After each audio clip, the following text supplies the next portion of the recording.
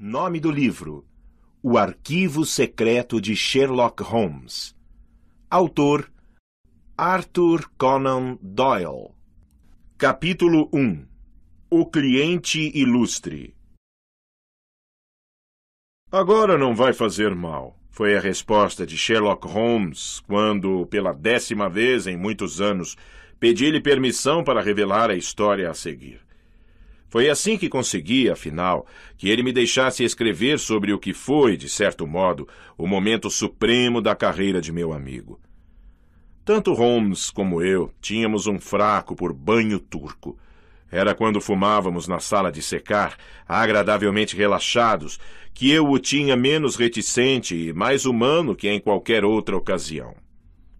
No andar superior da casa de banhos da avenida Northumberland havia um canto isolado com 2 espreguiçadeiras dispostas lado a lado. Era nelas que estávamos em 3 de setembro de 1902, dia em que minha narrativa começa. Perguntei a Holmes se estava trabalhando em algo, e como resposta, ele tirou o braço longo, magro, de sob o lençol, e sacou um envelope do bolso interno de seu casaco, que estava pendurado ao lado. "Pode ser algum tolo metido ou uma questão de vida ou morte", ele disse, entregando-me a carta. "Nada sei além do que diz esta mensagem." O envelope vinha do Carlton Club, datado da noite anterior. E a mensagem era a seguinte: Sir James Demery apresenta seus cumprimentos ao Sr. Sherlock Holmes e o visitará às 16h30 de amanhã. Sir James solicita que se esclareça que o assunto sobre o qual deseja consultar o Sr. Holmes é muito delicado e também muito importante. Ele acredita, portanto, que o Sr. Holmes fará o possível para conceder essa consulta e que a confirmará por telefone ao Carlton Club. "Não preciso dizer que confirmei a entrevista", comentou Holmes quando lhe devolvi o papel. "Sabe alguma coisa sobre esse Demery?" "Apenas que sua família goza de muito prestígio na sociedade." "Bem, posso lhe contar um pouco mais do que isso. Ele tem a reputação de resolver assuntos delicados que não podem aparecer na imprensa. Você deve se lembrar da negociação dele com Sir George Lewis sobre o caso Ramford Will. É um homem do mundo, com inclinação natural para a diplomacia. Imagino, portanto, que não seja um alarme falso e que ele realmente necessite de nossa ajuda." "Nossa?" "Bem, se quiser colaborar, Watson." "Vou me sentir honrado." "Então, já sabe a hora. 16h30. Até lá, podemos esquecer o caso." Na época, eu estava morando em meu próprio apartamento na rua Queen Anne, mas antes da hora marcada, lá estava eu de volta à rua Baker. Às 16h30 em ponto, o coronel Sir James Demery foi anunciado. Não seria necessário descrevê-lo, pois muitos irão se lembrar da expressão honesta, do rosto amplo e glabro, e, acima de tudo, da voz agradável e suave. Sinceridade emanava de seus cinzentos olhos irlandeses, e o bom humor brincava em seus lábios sorridentes. A cartola brilhante, a sobrecasaca escura, na verdade, cada detalhe de seu traje, do alfinete de pérola na gravata preta de cetim, às polainas lilazes sobre os sapatos envernizados, falava do cuidado meticuloso com a vestimenta pela qual era famoso. O aristocrata alto, poderoso, dominava a pequena sala. "É claro que eu esperava encontrar o Dr. Watson", ele observou com uma reverência cortês. "A colaboração dele pode ser muito necessária, pois estamos lidando, nesse caso, Sr. Holmes, com um homem acostumado à violência, e que literalmente não conhece limites. Diria que é o homem mais perigoso da Europa." "Já tive diversos oponentes a quem tal elogio se aplicava", retrucou Holmes sorrindo. O senhor fuma? Então permita-me acender meu cachimbo. Se esse homem é mais perigoso que o falecido professor Moriarty ou que o coronel Sebastian Moran, realmente vale a pena conhecê-lo. Posso perguntar seu nome?" "Já ouviu falar do barão Gruner? O assassino austríaco?" O coronel Demery batia as mãos enluvadas enquanto ria. Nada lhe escapa, Sr. Holmes. Maravilhoso. Então, já o tem como assassino? Faz parte da minha profissão acompanhar os detalhes dos crimes no continente. Quem, tendo lido sobre o que aconteceu em Praga, pode ter dúvidas quanto à culpa desse homem? Foram somente um detalhe técnico legal e a morte suspeita de uma testemunha que o salvaram. Tenho tanta certeza de que ele matou a esposa quando ocorreu o chamado acidente no Vale Splugen, como se estivesse ali presente. Eu soube também que ele veio para a Inglaterra e tive um pressentimento de que cedo ou tarde me daria trabalho. Bem, o que o Barão Gruner andou fazendo? Suponho que não seja algo relacionado à antiga tragédia. Não, é mais sério que isso. Punir um crime é importante, mas o prevenir é ainda mais.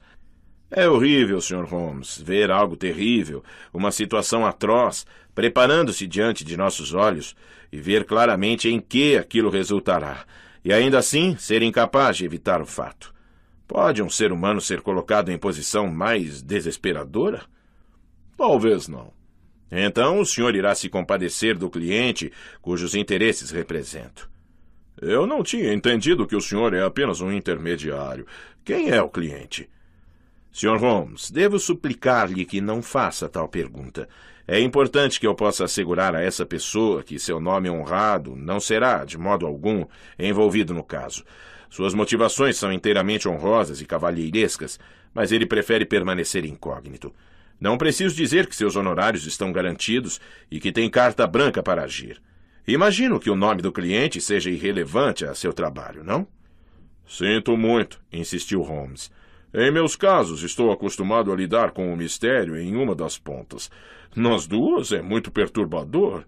Receio, Sir James, que não possa aceitar esse caso.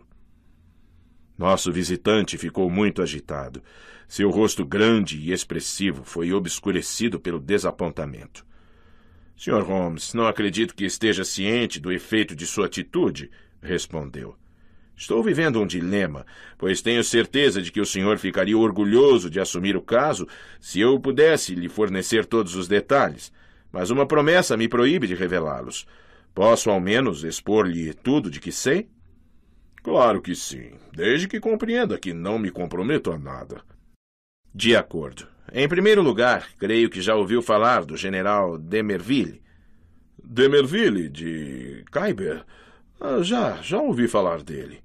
Ele tem uma filha, Violet d'Emerville, jovem, rica, linda, educada, uma maravilha em todos os sentidos. É essa garota, adorável e inocente, que estamos tentando salvar das garras de um demônio. O Barão Gruner tem algum poder sobre ela? O maior de todos os poderes, no que diz respeito a uma mulher. O poder do amor. Como provavelmente sabe, o sujeito é muito atraente, extraordinariamente gentil e possui aquele ar de romance e mistério que tanto fascina as mulheres. Dizem que todas as mulheres estão à sua disposição, o que ele desfruta amplamente. Mas como um homem desse se aproximou de uma moça da posição da senhorita Violet d'Emerville? Em um cruzeiro pelo Mediterrâneo. Os participantes, embora seletos, pagaram suas próprias passagens. Sem dúvida, os promotores só perceberam tarde demais o tipo de homem que o barão era. O bandido seduziu a moça com tanta habilidade que a conquistou completamente. Dizer que ela o ama é pouco. Está louca por ele, obcecada.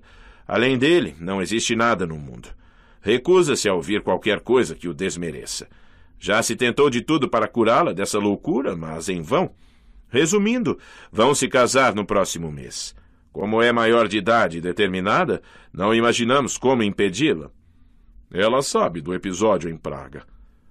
O maldito já lhe contou todos os escândalos de sua vida, mas sempre de modo que pareça um mártir inocente.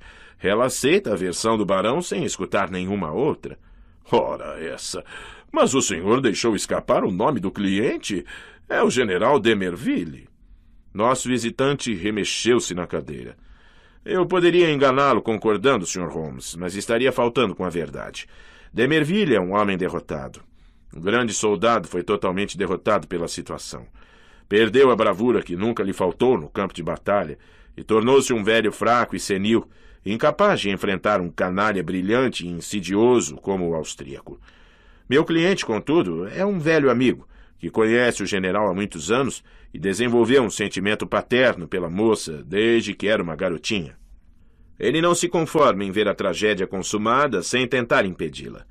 Não há nada que a Scotland Yard possa fazer. Foi sugestão dele que eu procurasse pelo senhor, mas, como já disse, com a condição de que não fosse envolvido pessoalmente no caso. Não tenho dúvida, Sr. Holmes, de que, com toda a sua competência, poderia facilmente descobrir quem é meu cliente, mas devo suplicar-lhe, como ponto de honra, que não o faça. Acho que posso prometer isso, tranquilizou o Holmes, sorrindo. E devo acrescentar que o caso me interessa e que vou investigá-lo. Como faço para entrar em contato com o senhor? Pode me encontrar no Carlton Club, mas em caso de emergência, ligue para meu telefone particular, XX.31. Ainda sorrindo, Holmes anotou o número do telefone no caderno aberto sobre o joelho. Qual o endereço atual do barão? Vernon Lodge, perto de Kingston. É uma casa grande. Ele se deu bem em certas especulações muito obscuras e tornou-se um homem rico, o que naturalmente o torna ainda mais perigoso. Está em casa no momento? Está. Além do que já me contou, pode me dar mais informações sobre o homem? Tem hábitos caros. Adora cavalos. Durante um curto período de tempo jogou polo em Hurlingham, mas o episódio de praga fez que parasse. Tem um lado artístico considerável. É também uma autoridade reconhecida em porcelana chinesa, tendo já escrito um livro sobre o assunto. Uma mente complexa, concluiu Holmes. Todos os grandes criminosos são assim. Meu velho amigo Charlie Peace era um virtuoso no violino. Wainwright também era bom artista. Eu poderia citar muitos mais. Bem, Sir James, diga a seu cliente que vou me concentrar no Barão Groner. Por enquanto é só. Tenho minhas próprias fontes de informação e arrisco dizer que encontraremos algum modo de abordar esse caso. Após a saída de nosso visitante, Holmes mergulhou tão profundamente em seus pensamentos que pareceu esquecer minha presença. Depois de um tempo, finalmente, voltou à terra. E então, Watson, o que acha? Acredito que o melhor seria falar diretamente com a moça. Meu caro Watson, se o pobre pai não consegue demovê-la, como eu, um estranho, o conseguiria? Ainda assim, esse será nosso último recurso, se tudo mais falhar.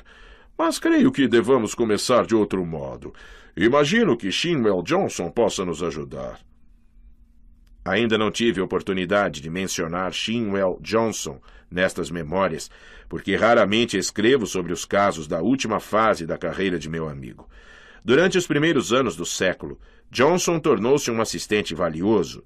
Lamento dizer que, antes disso, ele fez fama como marginal muito perigoso, tendo cumprido 2 condenações na penitenciária de Parkhurst. Depois se regenerou e se aliou a Holmes, agindo no grande submundo de Londres, onde conseguia informações que frequentemente se mostravam vitais. Se Johnson fosse um informante da polícia, logo teria sido descoberto. Mas, como os casos com que lidava nunca iam diretamente para as cortes, sua atividade não era descoberta pelos companheiros do submundo. Com a fama de suas 2 condenações, tinha passe livre em todas as boates, casas de jogo e bocas de fumo da cidade. Isso, aliado à sua capacidade de observação e inteligência, tornavam-no o agente ideal para a obtenção de informações. Era a ele que Sherlock Holmes pretendia recorrer. Não me foi possível acompanhar as primeiras providências tomadas por meu amigo, pois eu tinha meus próprios compromissos profissionais, mas o encontrei certa noite nos Simpsons, conforme havíamos marcado. Sentados a uma mesa junto à janela, acompanhávamos o fluxo apressado das pessoas pela Avenida Strand. Holmes, então, me contou o que estava acontecendo. Johnson está à espreita, ele disse. Talvez encontre algum podre do barão nos recônditos obscuros do submundo, pois é lá, nas raízes do crime, que devemos caçar os segredos desse homem. Mas se a moça já não aceita o que é amplamente conhecido, por que alguma nova descoberta mudaria sua disposição? Quem sabe, Watson? O coração e a mente de uma mulher são quebra-cabeças insolúveis para o homem. Ainda que ela perdoe ou compreenda um assassinato, algum pecado menor talvez a faça mudar de ideia. O Barão Groner disse-me que... Disse a você? Ah, claro. Não lhe contei meus planos.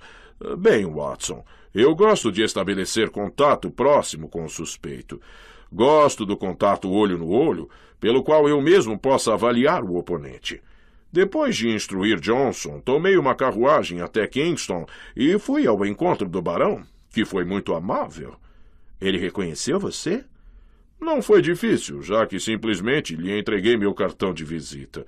É um excelente antagonista, frio como gelo, de voz aveludada e suave, como a de certas pacientes que você atende, mas venenoso como uma cobra. Ele se constitui um verdadeiro aristocrata do crime, com um verniz de requinte escondendo um interior cruel. Sim, gostei de ter sido colocado em confronto com o barão Adalbert Groner. Você disse que ele foi amável? Um gato que ronrona enquanto estuda o ratinho. A amabilidade de certas pessoas é mais perigosa que a violência de almas mais rústicas. Sabia que iria vê-lo cedo ou tarde, Sr. Holmes. Ele me cumprimentou de forma característica. O senhor foi contratado, sem dúvida, pelo general d'Emerville para tentar impedir meu casamento com sua filha, Violet. Não é isso? Eu concordei. Meu caro senhor, ele continuou, somente conseguirá arruinar sua merecida reputação. Este não é um caso que possa resolver. Seu trabalho será inútil, para não dizer perigoso. Permita-me aconselhá-lo a parar imediatamente. É engraçado, respondi, mas esse era o conselho que eu planejava lhe dar. Respeito sua inteligência, barão, e o pouco que estou captando de sua personalidade não muda a minha opinião. De homem para homem. Ninguém quer remexer em seu passado e tornar seu presente desconfortável. Acabou, e o senhor está agora em águas tranquilas. Mas se insistir nesse casamento, reunirá contra si muitos inimigos poderosos, que não descansarão até tornar a Inglaterra um lugar muito perigoso para o senhor. Será que o prêmio compensa? Seria mais inteligente de sua parte deixar a moça em paz. Não será agradável para o senhor se tivermos de expor fatos do seu passado à senhorita d'Emerville. O barão tem um bigodinho engomado que lembra as antenas de um inseto. Os pelinhos vibravam de divertimento enquanto ele escutava, até que o homem irrompeu em um risinho suave. Desculpe meu divertimento, Sr. Holmes, ele replicou, mas é realmente engraçado vê-lo tentando jogar sem cartas. Acredito que ninguém faria melhor, mas é patético mesmo assim. Nenhuma carta boa na mão, Sr. Holmes, nenhuma. É o que pensa. É o que sei. Deixe-me esclarecer as coisas para o senhor, pois minha mão é tão boa que posso mostrá-la. Tive a felicidade de conquistar totalmente o amor dessa moça. E isso apesar de lhe ter contado em detalhes todos os incidentes infelizes do meu passado. Também lhe disse que certas pessoas más e ardilosas, e espero que se reconheça entre elas, iriam se aproximar para contar-lhe as mesmas coisas. Aconselhei-a na oportunidade sobre como tratar esse tipo de gente. Já ouviu falar de sugestão pós-hipnótica, Sr. Holmes? Bem, verá como funciona, pois um homem de personalidade sabe usar a hipnose sem passes de mágica e outras charlatanices. Então, ela está preparada para o senhor, e não tenho dúvida de que vai recebê-lo, pois costuma atender aos pedidos do pai, a não ser quanto ao assunto em questão. Bem, Watson, não parecia haver mais o que dizer, de modo que reuni toda a fria dignidade que consegui e me preparei para sair. Mas assim que toquei na maçaneta da porta, ele me deteve. A propósito, Sr. Holmes, indagou, conhece Lebrun, o agente francês? Sim, respondi. Sabe o que lhe aconteceu? Soube que foi atacado por bandidos em Montmartre e ficou aleijado para o resto da vida. Isso mesmo, Sr. Holmes. E por uma coincidência curiosa, ele esteve se metendo nos meus negócios na semana anterior. Não faça o mesmo, Sr. Holmes. Não atrai boa sorte. Muitos já descobriram isso. Meu último conselho é, siga seu caminho e fique fora do meu. Adeus. É isso, Watson. Agora você está a par dos acontecimentos. O sujeito parece perigoso. Muito perigoso. Não dão atenção aos fanfarrões, mas esse é o tipo de homem que fala menos do que faz. Você precisa interferir?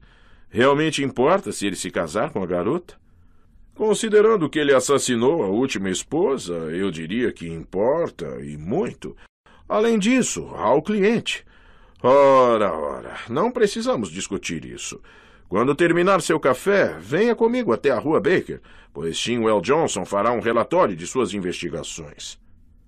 Pois lá o encontramos, um homem enorme, grosseiro, de rosto avermelhado, com um par de intensos olhos pretos, que eram apenas o sinal externo de uma mente muito ardilosa. Ele havia mergulhado naquele que era seu reino e trazido de lá uma moça magra, com o rosto pálido e jovem, marcado por desvios e desenganos. Ela estava a seu lado, no sofá. Esta é a senhorita Kitty Winter, disse Shinwell Johnson, agitando a enorme mão enquanto fazia a apresentação. O que ela não sabe. Bem, vou deixá-la falar por si mesma. Sr. Holmes, encontrei-a 1 hora depois de sua mensagem. Sou fácil de encontrar, admitiu a jovem. Estou sempre no inferno, em Londres. O mesmo endereço de Pork Shinwell. Somos velhos camaradas, eu e o Pork aqui. Mas diabos, se existisse justiça no mundo, há um sujeito que deveria estar em um inferno mais baixo que o nosso. É o homem que está querendo pegar, Sr. Holmes. Nota. Porky, apelido para alguém gordo ou presunçoso, impertinente. Fim da nota.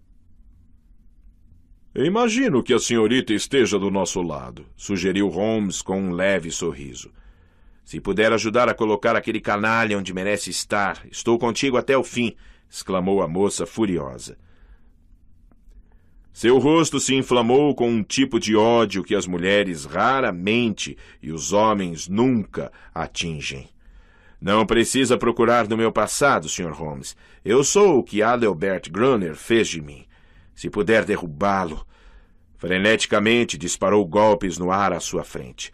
Ah, se pudesse apenas derrubá-lo na cova para onde ele empurrou tantas... A senhorita sabe de que se trata? Indagou Holmes. Pork Shinwell me contou. O canalha está atrás de outra boba, e desta vez quer se casar. O senhor quer impedi-lo. Bem, certamente conhece esse demônio o suficiente para evitar que qualquer garota decente, em seu juízo perfeito, queira estar na mesma igreja que ele. Ela não está em seu juízo perfeito. Está loucamente apaixonada por ele. Já lhe contaram tudo sobre o noivo, e ela não se importa. Falaram do assassinato? Sim. Bom Deus, como ela tem coragem. Ela rejeita todos os avisos dizendo que são calúnias. O senhor não conseguiu apresentar provas a essa tola? Bem, pode nos ajudar a fazer isso? Eu mesma não sou uma prova? Se eu for diante da noiva e lhe disser como o bandido me usou... A senhorita faria isso? Se eu faria? Claro que sim. Poderia valer a pena tentar, concluiu Holmes. Mas o barão já contou a ela a maioria dos seus pecados e a moça o perdoou. Pelo que sei, ela não quer mais ouvir falar no assunto. Aposto que ele não contou tudo, redarguiu a senhora Winter. Eu testemunhei uns 2 assassinatos, além daquele que provocou tanta conversa. Ele falava da pessoa de um jeito suave e depois me fitava com aqueles olhos frios e dizia: ele morreu 1 mês depois. Não era balela, mas eu não dava muita atenção a isso. Sabe como é? Na época, era eu quem o amava. Fizesse o que fizesse, eu o perdoava, do mesmo jeito que essa boba. Só teve uma coisa que me abalou. Diabos! Não fosse por aquele seu jeito macio de falar e convencer, eu o teria deixado naquela mesma noite. É um livro que ele tem, com a capa de couro marrom ostentando seu brasão dourado e um fecho. Acho que ele estava um pouco bêbado naquela noite, ou não teria me mostrado. O que havia no livro? Perguntou Holmes. Sabe, Sr. Holmes, esse homem coleciona mulheres, do mesmo jeito que outros colecionam borboletas, e tem orgulho da coleção. Está tudo naquele livro. Fotografias, retratos, nomes, detalhes, tudo sobre elas. É um maldito livro. Nenhum homem, mesmo saído da sarjeta, poderia reunir algo assim. É o diário de Adelbert Grunner. Almas que arruinei era um título bom para se colocar na capa. Mas isso tanto faz, porque o livro de nada serve. E se servisse, o senhor não conseguiria pegá-lo. Onde está esse livro? Como posso lhe dizer agora? Faz mais de 1 ano que o deixei. Eu sei onde o barão o guardava na época. Ele é um homem metódico. Talvez o livro ainda esteja no mesmo lugar, na gaveta da escrivaninha, no escritório interno. Conhece a casa dele? Estive no escritório, respondeu Holmes. Esteve, é? Então o senhor não perde tempo, já que toda a coisa começou hoje de manhã. Talvez o querido Adelbert tenha encontrado um inimigo à altura desta vez. O escritório externo é onde fica a coleção de porcelana chinesa, em grandes cristaleiras entre as janelas. Atrás da mesa dele há uma porta que leva ao escritório interno, uma saleta onde guarda documentos e outras coisas. Ele não tem medo de ladrões? Adelbert não é covarde. Nem mesmo seu pior inimigo diria isso dele. Sabe cuidar de si mesmo. À noite, liga o alarme contra roubos. Além disso, o que tem ali que interesse a ladrões? A menos que alguém queira roubar a porcelana. Dificilmente. Shinwell Johnson deu sua opinião de perito. Ninguém quer coisa que não dê para vender ou derreter. Exatamente, concordou Holmes. Muito bem, senhorita Winter. Se puder estar aqui amanhã às 5 da tarde, vou ver se consigo encaminhar sua sugestão de falarmos com a senhorita Demerville. Agradeço muito sua cooperação. Não preciso dizer que meus clientes irão recompensá-la. Nada disso, Sr. Holmes, protestou a jovem. Não é de dinheiro que estou atrás. Deixe-me ver esse homem na lama e terei minha recompensa. Na lama, com o meu pé sobre seu rosto amaldiçoado. Esse é meu preço. Estarei com o senhor amanhã ou em qualquer outro dia em que esteja atrás dele. O Porky aqui sabe onde me encontrar. Não voltei a ver Holmes até a próxima noite, quando jantamos novamente no restaurante da Strand. Quando lhe perguntei se tivera sorte na entrevista, deu de ombros. Então me contou a história que relato a seguir. Seu depoimento seco precisa de alguns retoques para ser suavizado e tornar-se mais compreensível. Não houve nenhuma dificuldade para marcar o compromisso, começou Holmes, pois a garota adora mostrar total obediência ao pai em questões secundárias, numa tentativa de compensar seu desrespeito na questão do noivado. O general telefonou dizendo que estava tudo certo. A senhorita Winter apareceu na hora marcada, de modo que uma carruagem nos deixou às 5:30, no número 104 da Praça Berkeley, onde mora o velho soldado, um daqueles horríveis castelos cinzentos de Londres que fazem uma igreja parecer frívola. Um criado nos conduziu a uma ampla sala de estar com cortinas amarelas, e lá estava a moça, esperando por nós. Tímida, pálida, inflexível e inatingível como a neve no pico de uma montanha. Não sei como descrevê-la, Watson. Talvez você a encontre antes de chegarmos à solução do caso e consiga usar seu dom para as palavras. É linda, mas sua beleza é do tipo etéreo, sobrenatural. Ela parece um daqueles fanáticos cujos pensamentos estão nas alturas. Vi rostos assim em retratos de velhos senhores da Idade Média. Não consigo imaginar uma besta fera como o barão colocando suas patas sujas em um ser tão elevado. Você já deve ter reparado como os extremos se atraem, o espiritual e o animal, o homem das cavernas e o anjo. Nunca se viu caso pior do que este. Ela já sabia o porquê de nossa visita, é claro. Aquele bandido não perdeu tempo em envenená-la contra nós. A presença da senhorita Winter a surpreendeu, acredito, mas ela nos recebeu como uma freira recebe 2 mendigos leprosos. Se quiser tomar umas aulas de presunção, meu caro Watson, procure a senhorita Violet Demerville. Bem, meu senhor, ela disse, com voz gélida, seu nome me é familiar. O senhor veio, pelo que sei, para difamar meu noivo, o barão Groner. Somente para atender a um pedido de meu pai é que o recebo, mas devo adverti-lo de que nada do que disser terá qualquer efeito sobre mim. Fiquei triste por ela, Watson. Por um momento pensei na senhorita Demerville como minha própria filha. É raro eu ser eloquente. Sempre uso a cabeça, não o coração, mas realmente falei com ela escolhendo as palavras mais gentis que consegui encontrar. Divaguei sobre a terrível posição da mulher que só acorda para a verdadeira natureza do marido depois do casamento, quando tem de ser beijada e acariciada por lábios mentirosos e mãos sujas de sangue. Não me esqueci de nada. Da vergonha, do medo, da agonia, da desesperança total. Nenhuma das minhas palavras conseguiu mudar a cor daquela face de marfim ou suscitar um brilho de emoção naqueles olhos baços. Lembrei o que o canalha falara sobre influência pós-hipnótica. Poderíamos até acreditar que a moça estava vivendo em alguma espécie de sonho, mas suas respostas eram bastante concretas. Ouvi o senhor com paciência, ela retrucou. O efeito que produziu em mim é exatamente o que eu previra. Estou ciente de que Adelbert, meu noivo, teve uma vida agitada, que provocou ódio e acusações as mais injustas. O senhor é apenas o último de vários que vieram trazer suas calúnias diante de mim. Talvez sua intenção seja boa, mas sei que é um agente pago que poderia estar falando em favor do barão se este o tivesse contratado. De qualquer modo, quero que compreenda de uma vez por todas que nos amamos e que a opinião do mundo importa tanto quanto o chilreio dos pássaros lá fora.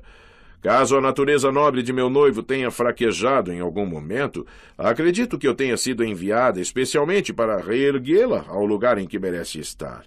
Só não entendi, ela disse, voltando-se para minha acompanhante, qual o propósito desta moça. Eu estava para responder quando a senhorita Winter estourou como um furacão. Se puder imaginar fogo e gelo face a face, pode entender o que ocorreu entre as duas mulheres. Vou lhe dizer quem sou, bradou a senhorita Winter, levantando-se de um pulo, com a boca retorcida de ódio.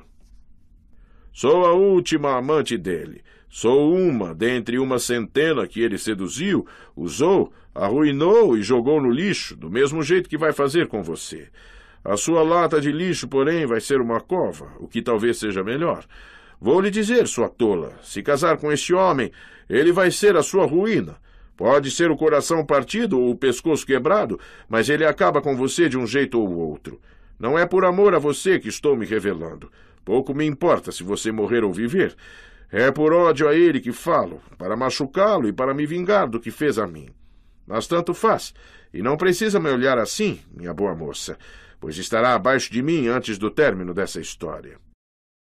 Prefiro não discutir esse assunto, rebateu com frieza a senhorita Demerville. Vou dizer de uma vez por todas que estou ciente de que, em 3 oportunidades, meu noivo se envolveu com mulheres oportunistas, mas acredito no sincero arrependimento dele por qualquer mal que tenha cometido. 3 oportunidades, vociferou minha acompanhante. Sua tola! Sua grande tola! Sr. Holmes, peço-lhe que termine esta entrevista, manifestou-se a voz gelada. Atendi ao desejo de meu pai e o recebi, mas não sou obrigada a ouvir os disparates desta pessoa. Blasfemando, a senhorita Winter pulou na direção da outra, e se eu não tivesse segurado seu pulso, teria agarrado os cabelos da senhorita Demerville. Arrastei-a até a porta, e por sorte consegui colocá-la na carruagem sem escândalo, pois ela estava totalmente fora de si de raiva. De uma forma mais contida, Watson, também eu fiquei furioso, pois havia algo de indescritivelmente perturbador na calma e na autocomplacência suprema da mulher que estávamos tentando salvar. Bem, mais uma vez você tem conhecimento dos fatos, e ficou claro que preciso planejar uma nova jogada, pois essa não funcionou. Entrarei em contato com você, Watson, pois é bem possível que exista um papel para você nesse drama, embora eu acredite que o próximo ato seja deles. E foi realmente. O golpe veio deles, ou dele, melhor dizendo, pois em nenhum momento acreditei que a moça tenha tomado parte naquilo. Acho que eu poderia apontar a pedra do calçamento exata sobre a qual estava quando vi a placa, com a notícia que me aterrorizou a alma. Foi entre o Grand Hotel e a estação de Charing Cross, onde um vendedor de jornais perneta anunciava os vespertinos, 2 dias depois da última conversa com meu amigo. Em letras pretas sobre fundo amarelo, a terrível manchete informava: Ataque criminoso contra Sherlock Holmes. Fiquei paralisado por alguns instantes. Lembro-me então, vagamente, de ter pego o jornal da reclamação do homem a quem não paguei e, finalmente, de parar na entrada de uma farmácia enquanto procurava a notícia que informava. Foi com pesar que recebemos a notícia de que o Sr. Sherlock Holmes, conhecido detetive particular, foi vítima, nesta manhã, de um ataque criminoso que o deixou em péssimas condições. Os detalhes não são conhecidos, mas parece que a agressão aconteceu ao meio-dia na rua Regent, em frente ao Café Royal. O ataque foi efetuado por 2 homens armados com bastões. O Sr. Holmes recebeu golpes na cabeça e no corpo, que resultaram em ferimentos descritos como muito graves pelos médicos. Ele foi levado ao hospital Charing Cross e depois insistiu em ser transferido para seu apartamento na rua Baker. Os agressores, descritos como homens respeitavelmente vestidos, escaparam pelo Café Royal, saindo pela rua de trás, a Glass House. Sem dúvida, pertencem à classe de criminosos que frequentemente lamenta a atividade e o gênio do agredido. Não preciso dizer que mal terminei de ler o parágrafo, pus-me a bordo de um cabriolé a caminho da rua Baker. Lá encontrei Sir Leslie Oakeshott, o famoso cirurgião, no vestíbulo, encaminhando-se ao carro que o esperava à porta. Não há perigo imediato, foi seu relatório. 2 cortes no couro cabeludo e diversos hematomas. Foram necessários vários pontos. Apliquei-lhe morfina. Descanso é essencial, mas alguns minutos de conversa não estão proibidos. Com tal permissão, entrei no quarto em penumbra. O convalescente estava acordado e ouvi meu nome num sussurro áspero. A persiana não estava totalmente fechada e um raio de sol penetrava obliquamente e iluminava a cabeça enfaixada de meu amigo. Uma parte da bandagem branca estava úmida e vermelha. Sentei-me a seu lado e inclinei a cabeça em sua direção. Tudo bem, Watson. Não precisa ficar tão assustado. Não estou tão mal como parece. Graças a Deus. Sou perito em luta com bastão, como você sabe. Neutralizei a maioria dos golpes. Foi o segundo homem que não consegui deter. O que devo fazer, Holmes? É claro que foi aquele maldito quem mandou os capangas. É só você ordenar e eu vou lá acabar com ele. Meu bom Watson, não podemos fazer nada, a menos que a polícia pegue os agressores. Mas a fuga deles foi muito bem planejada, esteja certo disso. Espere um pouco. Tenho um plano. A primeira coisa é exagerar meu estado. A imprensa irá até você para obter notícias. Pode exagerar, Watson. Com sorte, viverei até o fim da semana. Concussão, delírio, o que quiser. Quanto pior, melhor. E quanto a Sir Leslie Oakeshott? Tudo bem. Farei com que acredite que estou muito mal. Algo mais? Sim. Diga a Shinwell Johnson para esconder a garota. Os bandidos agora vão atrás dela, pois é claro que eles sabem que ela estava comigo. Se ousaram me atacar dessa forma, é provável que queiram apanhá-la também. Isso é urgente. Fale com Shinwell ainda hoje. Vou agora mesmo. Que mais? Coloque o cachimbo e a bolsa de tabaco sobre o criado mudo. Ótimo. Venha pela manhã para planejarmos nossa campanha. Durante 6 dias, o público esteve sob a impressão de que Sherlock Holmes agonizava. Os boletins eram muito graves e notícias tenebrosas apareciam nos jornais. Minhas visitas asseguravam-me que seu estado não era tão ruim. Constituição rija, aliada à determinação férrea, fazia maravilhas. Holmes recuperava-se rapidamente, talvez mais rápido do que ele próprio acreditava. Aquele homem tinha uma tendência ao segredo que produzia muitos efeitos dramáticos e deixava até seu amigo mais próximo se perguntando sobre quais seriam seus planos. Holmes levava ao extremo a máxima: segredo é aquilo que só um conhece.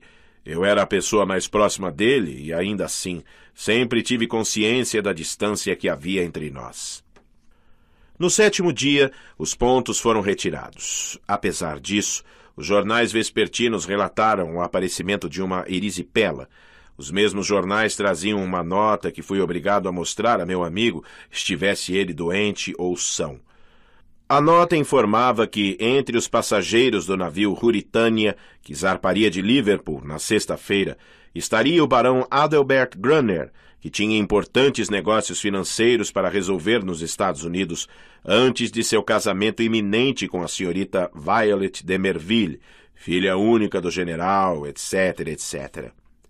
Holmes ouviu a leitura da notícia com o pálido rosto impassível, concentrado, o que indicava que o surpreendia. Sexta-feira! Exclamou.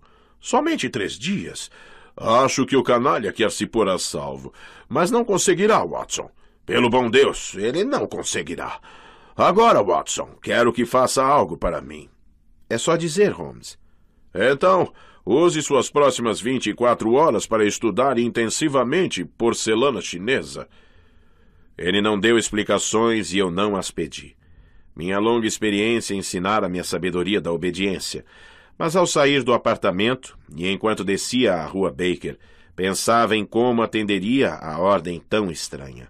Afinal, fui até a Biblioteca de Londres, na Praça St. James, e coloquei a questão para meu amigo Lomax, o bibliotecário assistente, e voltei para casa com uma boa coleção debaixo do braço. Dizem que o advogado que se prepara bem para um caso pode interrogar um perito na segunda-feira e esquecer todo esse conhecimento forçado antes do sábado. Com certeza não quero posar de perito em porcelana. Ainda assim, durante todo o resto da tarde e por toda a noite, com uma pequena pausa e continuando na manhã seguinte, absorvi muito conhecimento sobre o assunto, além de decorar diversos nomes. Aprendi as características dos grandes artistas, os mistérios das datas cíclicas, as marcas de Hung Woo e as belezas de Yung Lo, as escritas de Tang Ying e as glórias dos períodos primitivos de Sung e de Yuan. Carregava toda essa informação quando visitei Holmes na tarde seguinte. Ele já não estava de cama, embora não se pudesse supor esse fato pelas matérias que a imprensa publicava, de modo que o encontrei sentado em sua poltrona favorita, com a cabeça enfaixada, apoiada na mão. Ora, Holmes, brinquei, segundo os jornais você está à beira da morte. E é essa a impressão que desejo passar, Holmes confirmou. Então, Watson, fez a lição de casa? Pelo menos tentei. Ótimo. Acha que poderia manter uma conversa inteligente sobre o assunto? Acredito que sim. Dê-me aquela caixinha que está sobre a lareira. Abrindo a tampa, Holmes retirou de dentro da caixa um objeto pequeno, embrulhado cuidadosamente em seda, a qual ele retirou para revelar um delicado pires azul escuro. Precisa tomar muito cuidado com isso, Watson. Trata-se de legítima porcelana da dinastia Ming. Nem a Christie possui uma peça tão bela. Um jogo completo valeria o resgate de um rei. De fato, duvido que exista um jogo completo fora do Palácio Imperial de Pequim. Esta peça pode enlouquecer um perito. O que devo fazer com ela? Holmes entregou-me um cartão no qual estava impresso Dr. Hill Barton, Rua Half Moon, 369. Este será seu nome durante a noite, Watson. Você fará uma visita ao Barão Gruner. Estou a par dos hábitos dele, e sei que às 8h30 provavelmente estará livre. Vou enviar um bilhete antes, avisando de sua visita e dizendo que estará levando uma peça de um jogo exclusivo de porcelana Ming. Pode dizer que também é médico, pois esse papel você pode desempenhar sem fingir. Você é um colecionador. Encontrou esse jogo e ouviu falar do interesse do barão pelo assunto, sendo que não se incomodaria de vendê-lo pelo preço justo. Que preço? Boa pergunta, Watson. Você certamente estaria se entregando se não soubesse o valor de seu próprio objeto. Este pires chegou a mim pelas mãos de Sir James, pelo que entendi. Direto da coleção de seu cliente. Não seria exagero dizer que a peça dificilmente pode ser igualada. Talvez eu possa sugerir que o jogo seja avaliado por um perito. Excelente, Watson. Você está brilhante hoje. Sugira a Christie ou a Sotheby. Seu cavalheirismo não permite que você mesmo atribua um preço. E se ele não me receber? Vai recebê-lo. Ele tem uma compulsão por colecionar, especialmente nessa área, em que é uma autoridade reconhecida. Sente-se, Watson, que vou ditar o bilhete. Não é preciso resposta. Vai dizer simplesmente que fará a visita e o porquê. O texto era notável. Conciso, cortês e estimulante à curiosidade de um especialista. Logo o enviamos por um mensageiro. Naquela noite, com o precioso pires na mão e o cartão de Dr. Hill Barton no bolso, coloquei minha parte da aventura em marcha. A belíssima casa indicava que o barão Gruner era, como Sir James afirmara, homem de considerável fortuna. Uma alameda tortuosa, ladeada por arbustos de plantas raras, conduzia a um pátio de cascalho adornado de estátuas. A residência fora construída por um magnata sul-africano durante a corrida do ouro naquele país. O amplo edifício era um pesadelo arquitetônico, mas imponente em tamanho e solidez. O mordomo, que passaria por bispo em um concílio, recebeu-me, passando-me em seguida aos cuidados de um criado que me conduziu à presença do barão. Ele estava diante de um armário aberto entre as janelas, que continha parte de sua coleção de porcelana chinesa. Quando entrei, ele virou-se, com um vaso marrom nas mãos. "Por favor, sede-se, doutor", ele disse. "Estava olhando meus próprios tesouros, pensando se posso me dar ao luxo de aumentá-los. Este espécime Tang do século VII deve interessá-lo. Acredito que o senhor nunca tenha visto o trabalho mais belo ou o brilho mais rico. Está com o Pires Ming de que falou?" Cuidadosamente, desembrulhei a peça e entreguei-a ao barão. Ele se sentou à escrivaninha e aproximou a luminária, pois estava escurecendo, e pôs-se a examinar o Pires. Enquanto o fazia, a luz amarela recaía sobre suas feições, permitindo-me estudá-las. Com certeza era um homem atraente. Sua reputação de beleza era totalmente merecida. De porte médio, mas bem distribuído e proporcionado. Tinha o rosto moreno, quase oriental, com olhos grandes, escuros e langorosos, que deviam ser irresistivelmente fascinantes para as mulheres. Eram pretos os cabelos e o bigode, sendo este curto e cuidadosamente penteado. As feições eram agradáveis, salvo pela boca fina.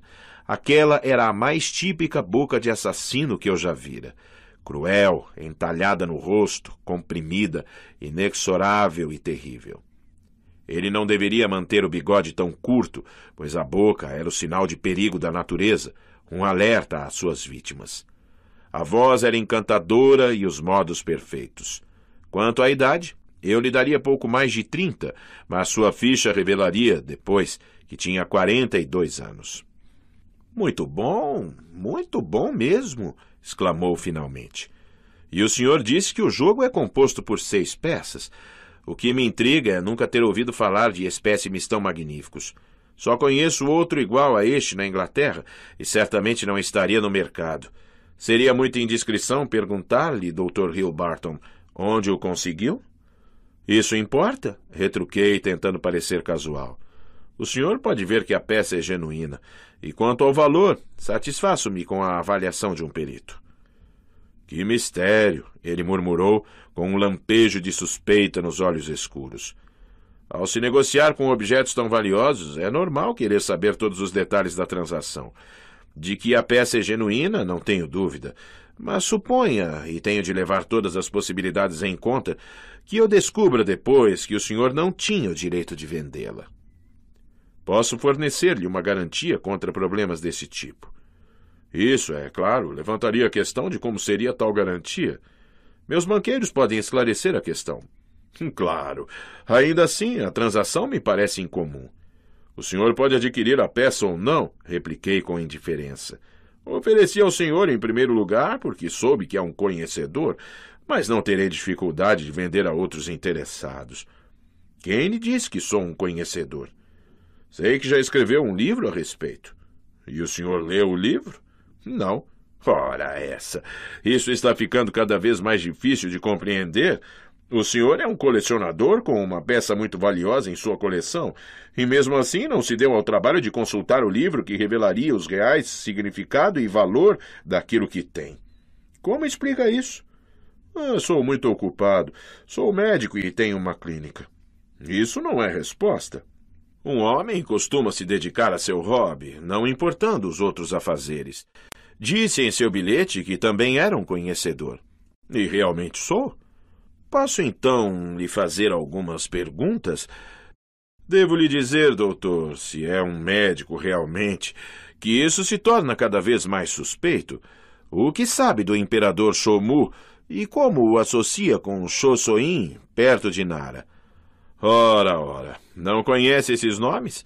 Então me fale da dinastia Wei setentrional e de seu lugar na história da porcelana. Pulei da cadeira, simulando raiva. Isso é intolerável, meu senhor, exclamei. Vim fazer-lhe um favor e não ser sabatinado como um estudante. Meu conhecimento do assunto pode ser inferior ao seu, mas não vou responder perguntas colocadas de modo tão ofensivo. O barão olhou-me firmemente. A languidez sumira de seus olhos, que brilharam repentinamente. Os dentes surgiram por entre os lábios cruéis. Qual o jogo? Está aqui como espião? O senhor é um emissário de Holmes. Estão tentando aplicar uma peça. Como ele está à morte, enviou um de seus agentes para me observar. O senhor entrou aqui sem pensar em como sairia, e, por Deus, vai ver que será mais difícil sair que entrar. Ele se levantou e eu recuei, preparando-me para o ataque, pois o homem estava fora de si. Provavelmente ele suspeitara desde o início, e as perguntas mostraram-lhe a verdade, mas estava claro que eu não poderia tê-lo enganado. Ele enfiou a mão em uma gaveta que remexeu com fúria. Então, ouviu algo e parou para escutar com atenção. "Ah!" exclamou. "Ah!" E correu para a sala atrás de onde estávamos. Com 2 passos, alcancei a porta aberta. Jamais me esquecerei da cena que presenciei. A janela que dava para o jardim estava aberta. Em frente a ela, parecendo um fantasma, com a cabeça coberta de curativos ensanguentados e o rosto pálido, estava Sherlock Holmes. Em seguida, Holmes pulou para fora e ouvi seu corpo caindo sobre os arbustos. Uivando de raiva, o dono da casa correu atrás dele e pôs meio corpo pela janela aberta. Foi então que tudo aconteceu. Em 1 segundo, mas vi claramente. Um braço de mulher, apareceu de entre as folhas. No mesmo instante, o barão soltou um grito horrível, um grito que ecoará para sempre na minha memória. Levou as mãos ao rosto e começou a correr em círculos pela sala, batendo a cabeça com desespero contra as paredes. Então ele caiu no carpete, rolando e se contorcendo, enquanto os gritos ecoavam por toda a casa. "Água! Água! Pelo amor de Deus!" gritava. Peguei a garrafa de água sobre a mesinha de canto e corri em seu socorro. Naquele instante, o mordomo e diversos criados chegavam pelo vestíbulo. Lembro que um deles desmaiou quando, ao me abaixar junto ao homem ferido, aproximei a luminária do rosto desfigurado. O vitríolo penetrava em todos os pontos, escorrendo pelas orelhas e pelo queixo. Um olho já estava branco e opaco, o outro vermelho e inflamado. As feições, que havia pouco eu admirava, eram agora uma pintura sobre a qual o artista passara uma esponja úmida e suja. O rosto estava borrado, descolorido, bestial, terrível. Nota: vitríolo. Ácido, em especial o sulfúrico. Fim da nota. Em poucas palavras, expliquei à criadagem o que ocorrera com relação ao ataque com vitríolo. Alguns pularam a janela e outros correram para o jardim, mas estava escuro e começava a chover. Em meio aos gritos, a vítima vociferava contra a agressora. "Foi aquela maldita Kate Winter", praguejou. "Ela vai pagar por isso. Ah, Deus do céu! A dor é maior do que posso aguentar." Banhei seu rosto em óleo e cobri as superfícies em carne viva com curativos de algodão. Apliquei-lhe também uma injeção de morfina. A suspeita que ele nutrira até então sobre minha profissão dissipou-se com o choque, e o barão agarrou minhas mãos como se eu pudesse curar até aqueles olhos de peixe morto que se fixaram em mim. Teria chorado por ele se não me lembrasse claramente da vida infame que levara a aqueles acontecimentos. Era terrível sentir suas mãos quentes entre as minhas, e fiquei aliviado quando seu médico pessoal e um especialista chegaram para me substituir. Também apareceu um inspetor de polícia a quem entreguei meu verdadeiro cartão. Teria sido inútil e tolo continuar com o disfarce, pois eu era quase tão conhecido na Scotland Yard quanto o próprio Sherlock Holmes. Então, saí daquela casa imersa em tristeza e horror, e 1 hora depois cheguei ao apartamento da Rua Baker. Holmes estava sentado em sua poltrona favorita, muito pálido e exausto. Além dos machucados, fora afetado emocionalmente pelo ocorrido naquela noite.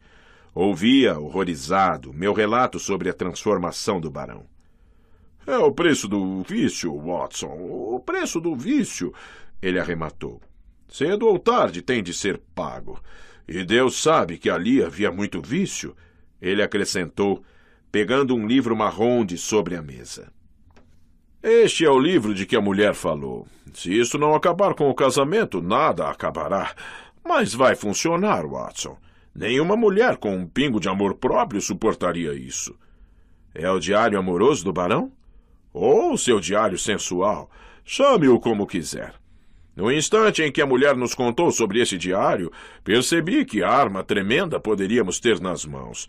Naquele momento não falei nada que indicasse minha linha de raciocínio, pois a senhorita Kitty Winter poderia ter revelado meus planos. Mas pensei muito a respeito. A agressão que sofri me deu a oportunidade de fazer o barão pensar que não precisava mais se preocupar comigo. Tudo ajudou. Eu teria esperado mais um pouco, mas a viagem que ele faria para a América me apressou. Ele nunca deixaria documento tão comprometedor para trás. Assim, tínhamos de agir imediatamente. Efetuar um roubo de noite seria impossível, porque ele toma precauções, mas haveria uma chance se eu conseguisse distraí-lo. Foi aí que entraram você e o Pires.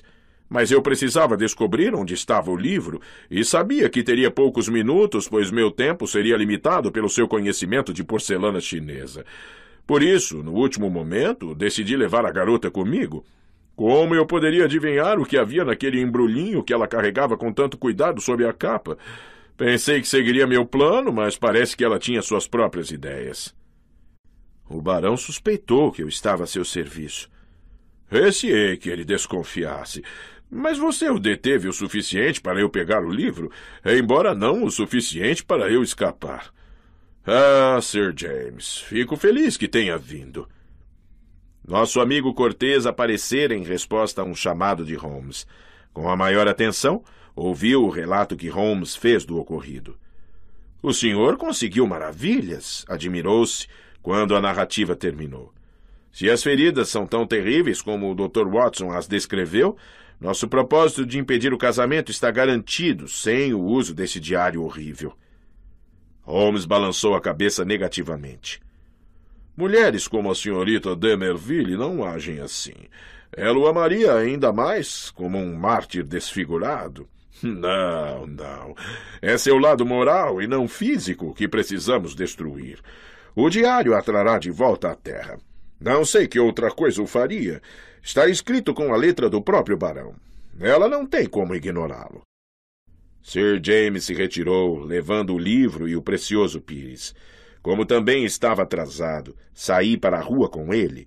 Entrou rapidamente em uma carruagem que o esperava e disparou uma ordem para o cocheiro, que de pronto pôs o carro em movimento.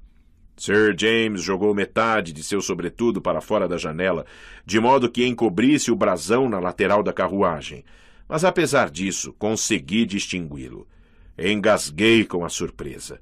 Então, voltei e subi a escada até o apartamento de Holmes. Descobri quem é o nosso cliente, exclamei, exultante com a novidade. Ora, Holmes, é um amigo leal e cavalheiresco, interferiu Holmes, levantando a mão. Deixe que isso seja para sempre o suficiente. Não sei se aquele livro incriminatório foi usado. Sir James cuidou desse detalhe, ou, mais provavelmente, a delicada tarefa foi confiada ao pai da moça. O efeito, de qualquer modo, foi o desejado. 3 dias depois, um parágrafo do The Morning Post anunciava o cancelamento do casamento entre o barão Adelbert Brunner e a senhorita Violet Demerville. O mesmo jornal noticiava a primeira audiência do processo contra a senhorita Kitty Winter pela acusação de agressão grave. As circunstâncias atenuantes apontadas pela defesa conseguiram, como todos lembram, a menor pena possível para o crime.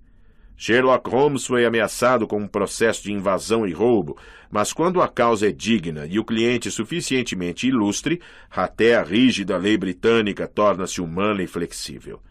Meu amigo não se sentou no banco dos réus.